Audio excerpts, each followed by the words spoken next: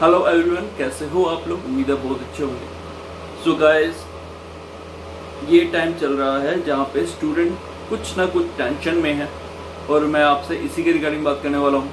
अभी जो टेंशन है वो किसी भी तरीके की हो सकती है। नंबर वन, सबसे पहली बात तो ये है कि क्लासेस अवेलेबल नहीं है। जिन बच्चों ने फेस टू फेस क्लासेस के रजिस्ट्रेशन कराया था, जिनके बैच स्टार्ट होने वाले थे या जिनके बैच चल रहे थे, उनके क्लासेस नहीं हो पा रही हैं क्योंकि इंस्टीट्यूट जो है बंद है और टीचिंग नहीं हो रही है। और क्लासेस जो चल रही है वो उन स्टूडेंट की चल रही है जिन्होंने जो रिकॉर्डेड क्लासेस ले रखी थी, पेन ड्राइव वगैरह, ठीक है, तो उनकी क्लासेस चल रही हैं बस।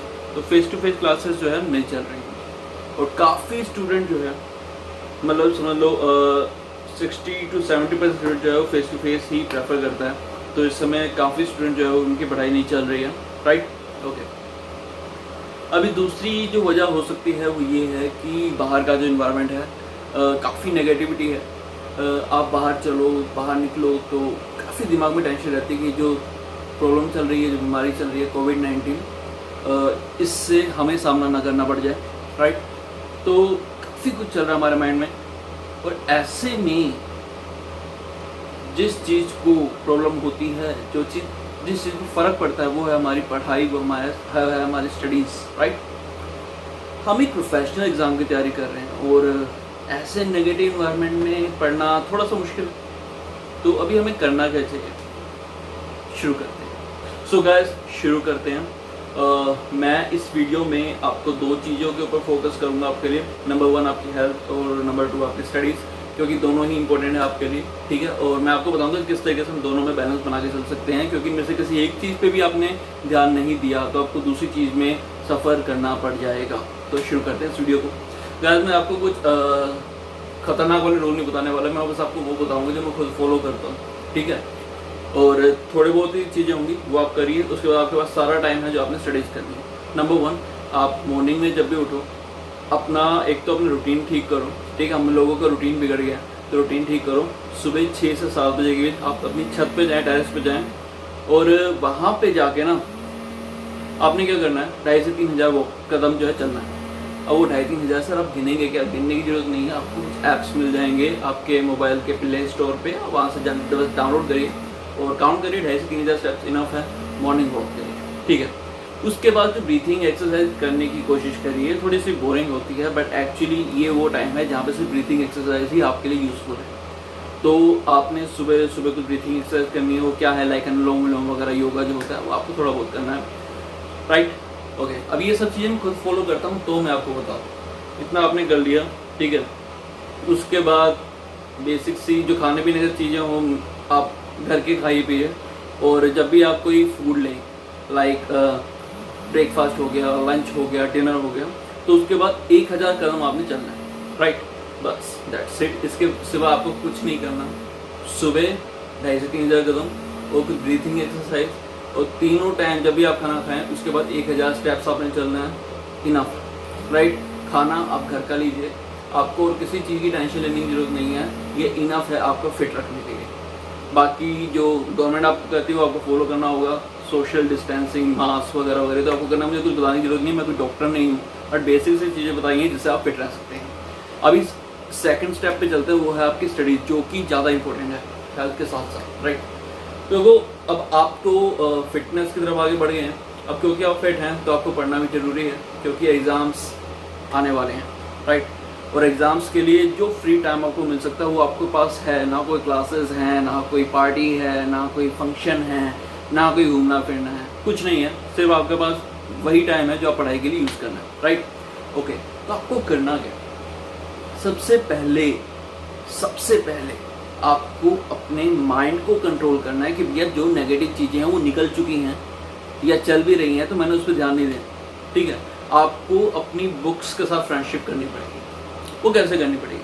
देखो, जब भी हम किसी से दोस्ती करते हैं, चाहे गर्लफ्रेंड हो, चाहे बॉयफ्रेंड हो या नो गर्लफ्रेंड हो, हम क्या करते हैं? उसको टाइम देना शुरू करते हैं। टाइम देना इज़ इम्पोर्टेंट। अगर आप उसे टाइम दोगे, उसे समझोगे, तो ही आप उसे अच्छे से उसके साथ निभा पाओगे। तो आपने क्या करना है?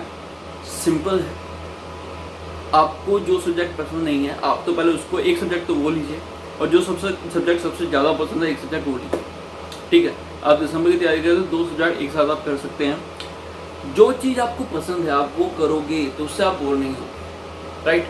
बट जो चीज़ आपको नहीं पसंद वो आप करोगे, कुछ थोड़ा बहुत इंटरेस्ट क्रिएट करने की कोशिश करोगे तो वो हो जाए। देखो मेरे अकॉर्डिंग पढ़ने का टाइम क्या रहेगा, देखो आयुर्वेदा कहता है, हमारे वेदास कहते हैं कि ये सुबह 4 से 6 का टाइम जो होता है ये ब्रह्म मुहूर्त कहलाता है। ये वो टाइम है जहाँ पे आप कुछ भी पढ़ोगे वो आपके माइंड में रहेगा। एक्चुअली सही बताऊँ तो मेरे पढ़ने का टाइम शेड्यूल यही था, मैं सुबह 4 बजे उठ के पढ़ता था। और सच्ची कह रहा हूँ, आपको अंदर से काफ़ी पॉजिटिव फील होगा अगर आप सुबह 4 बजे उठ के पढ़ते हैं। सबसे पहले तो ना आपको ऐसा फील होगा आपने कुछ बड़ा कर लिया कि आप सुबह 4 बजे उठ के पढ़ रहे हैं। आपको ऐसे पावर मतलब पॉजिटिविटी मिलेगी। आपको फ्रेंड्स को फ़ोन आएगा, हाँ भाई मैं सुबह 4 बजे उठ के पढ़ रहा हूँ, बोलने में कितना अच्छा लगेगा, तो अपने आप एनर्जी आ जाएगी। ठीक है, तो ये सब चीज़ें हमारे माइंड को कंट्रोल करती है। ठीक है, अगर हम ये छोटी मोटी चीज़ों को करें ना, ध्यान दें, तो हम अपने आप को बिल्कुल बूस्ट कर लेंगे और हम कुछ भी कर सकते हैं। तो मेरे हिसाब से आपको सुबह 4 बजे उठ के पढ़ना चाहिए। ठीक है, कोशिश करो पहले दिन 6 बजे उठोगे, दूसरे दिन 4:45 उठोगे, फिर 5:30 उठोगे, फिर 5:15, फिर 5, ऐसे करके 4 बजे उठना शुरू आप कर दोगे। मुश्किल नहीं है, कुछ भी मुश्किल नहीं है। मैं पूरा 1 साल 4 बजे उठा था। ठीक है, तो मुश्किल काम नहीं है, आप आराम से कर सकते हैं। तो ऐसा आपने पढ़ना है, उठना है और थोड़ा बहुत टाइम देना।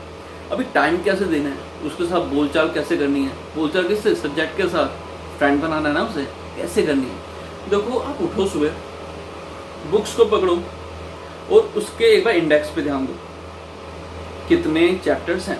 जब आपको पता लग गया 10 चैप्टर्स, ओके, अब आपने क्या करना है, एक रजिस्टर साथ में लेना है, उस पर भी 10 चैप्टर हैं। अब आपने देखना है कि किस चैप्टर में कितने पेजेस हैं।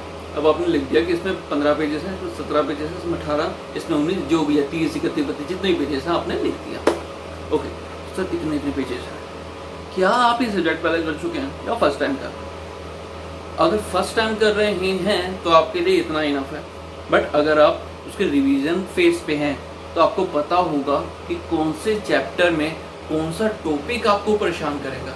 तो उसके साथ आप लिख लीजिए कि भाई ये डिफिकल्ट टॉपिक है और क्या टॉपिक इजी है, आपको दिक्कत ही नहीं करेगा, वो भी आप साथ में लिख लीजिए। अब आपके पास क्या हो गया, आपके पास एक समरी होगी उस सब्जेक्ट कि भैया ये सब्जेक्ट है, इसमें इतने चैप्टर्स हैं, एक चैप्टर में इतने पेजेस हैं, और इस चैप्टर में डिफिकल्ट टॉपिक है, इस चैप्टर में इजी टॉपिक है, दैट्स इट। ठीक है, अब आप उसके अकॉर्डिंग कर सकते हैं। क्या सिर्फ इजी टॉपिक ज़्यादा करने हैं? नहीं, आप ना बैलेंस बनाना पड़ेगा। इजी टॉपिक डिफिकल्ट, फिर इजी फिर डिफिकल्ट, बिकॉज हमारे माइंड का जो ग्राफ है तो ऐसे करके ऐसे जाता है भाई साहब। एक टाइम पे बिल्कुल पीक लेवल पे होता है, उस पीक लेवल पे हम कुछ भी पढ़ेंगे तो आसानी से समझ जाते हैं। तो उस टाइम पे हमने वो पढ़ना है जो डिफिकल्ट है, राइट। ओके, आपने स्टार्टिंग कर रहे हैं तो वही स्ट्रैटेजी आपके लिए बेस्ट रहेगी। 15 मिनट पढ़ो या आधा घंटा पढ़ो, फिर 5-10 मिनट की ब्रेक लो, फिर आधा घंटा पढ़ो, फिर 10 मिनट की ब्रेक लो। इस तरीके से आप पढ़ो। इससे क्या होगा, आप बोर नहीं होगे और आपका थोड़ा इंटरेस्ट बनता रहेगा। ठीक है, ओके सर, यहाँ तक तो हो गया। अभी सर कोई डिफिकल्ट टॉपिक आ जाता है, क्योंकि हम सेल्फ कर रहे हैं, हमारे पास कोई टीचर अवेलेबल नहीं है, हम सेल्फ स्टडी कर रहे हैं, तो कोई चैप्टर कोई टॉपिक हमें परेशान करेगा तो उसमें हम क्या करें? बहुत ईजी है। जो चीज़ आपको परेशान करे, जो आपके दिमाग में ना बैठे, हो सकता है उसके वो सेक्शंस के नंबर हो सकता है वो कोई प्रोविज़न हो, वो हो सकता है कोई कंसेप्ट हो, तो उसको किसी भी चीज़ से रिलेट कर लो, किसी भी इंटरेस्टिंग चीज़ से रिलेट कर लो। अब उस इंटरेस्टिंग चीज़ को भूल नहीं सकते, और जब उस चीज़ को याद करोगे तब आपको कंसेप्ट याद आएगा। ठीक है, हमारे जो एंशिएंट, जो पुराने लोग होते थे, जो टीचर्स होते थे, वो कहते थे कि कोई चीज़ अगर आपको याद नहीं आ रही है तो आपको क्या करना चाहिए, आपको याद करना चाहिए वो रूम जहाँ पे आप बैठ के वो पढ़े। फिर आपको जगह याद करना है वो चेयर, वो बेड जहाँ पे आप बैठ के उसको आपने पढ़ा। फिर आपको याद करना है वो बुक जिसमें से आपने पढ़ा, और फिर आपको फिर याद करना है वो पेज जिसमें से आपने पढ़ा। फिर धीरे धीरे वहाँ पर अगर कुछ पिक्चर्स होंगे तो वो याद करो, और उसके बाद कंसेप्ट को ध्यान करो। इस तरीके से स्टेप बाय स्टेप आप उस कंसेप्ट को याद कर सकते हैं। तो आपने कुछ नहीं करना, सिंपल है, आप उस चीज़ को किसी से रिलेट कर लो और आप उसको आराम से याद कर सकते हैं। जैसे कि मैं आपको कुछ एग्जांपल्स वगैरह दूंगा। मैं स्ट्रेटेजिक मैनेजमेंट का चैप्टर 1 है ना एग्जीक्यूटिव का, उसके ऊपर मैंने कुछ नोट्स बनाए हैं, राइट। मैंने कुछ नहीं किया, बुक में से ही उठाया, 17 पेजेस बुक में है जिसको मैंने 10 पेजेस में कन्वर्ट कर लिया है। उस 10 पेज में सब कुछ स्टेप पॉइंट फॉर्म में दे रखा है, क्योंकि OMR है, MCQ आएगा, तो हमें पूरी कहानियाँ नहीं पढ़नी है, हमें कंसेप्ट पढ़ना है। तो कंसेप्ट को मैंने पॉइंट फॉर्म में, बुलेट फॉर्म में डाल दिया और हर कोशिश की है कि हर पॉइंट को किसी न किसी तरीके से किसी न किसी से कनेक्ट कर दिया है, ठीक है। मैं बहुत जल्दी वो नोट्स अपलोड कर दूंगा, आप एक बार देखिएगा, फिर आगे बढ़ेंगे कैसे करना है। सो गाइस, मैं उम्मीद करता हूँ आप तक वो मैसेज पहुँचा होगा जो मैं देना चाहता हूँ और आप इसे फॉलो करोगे। तो थैंक यू सो मच।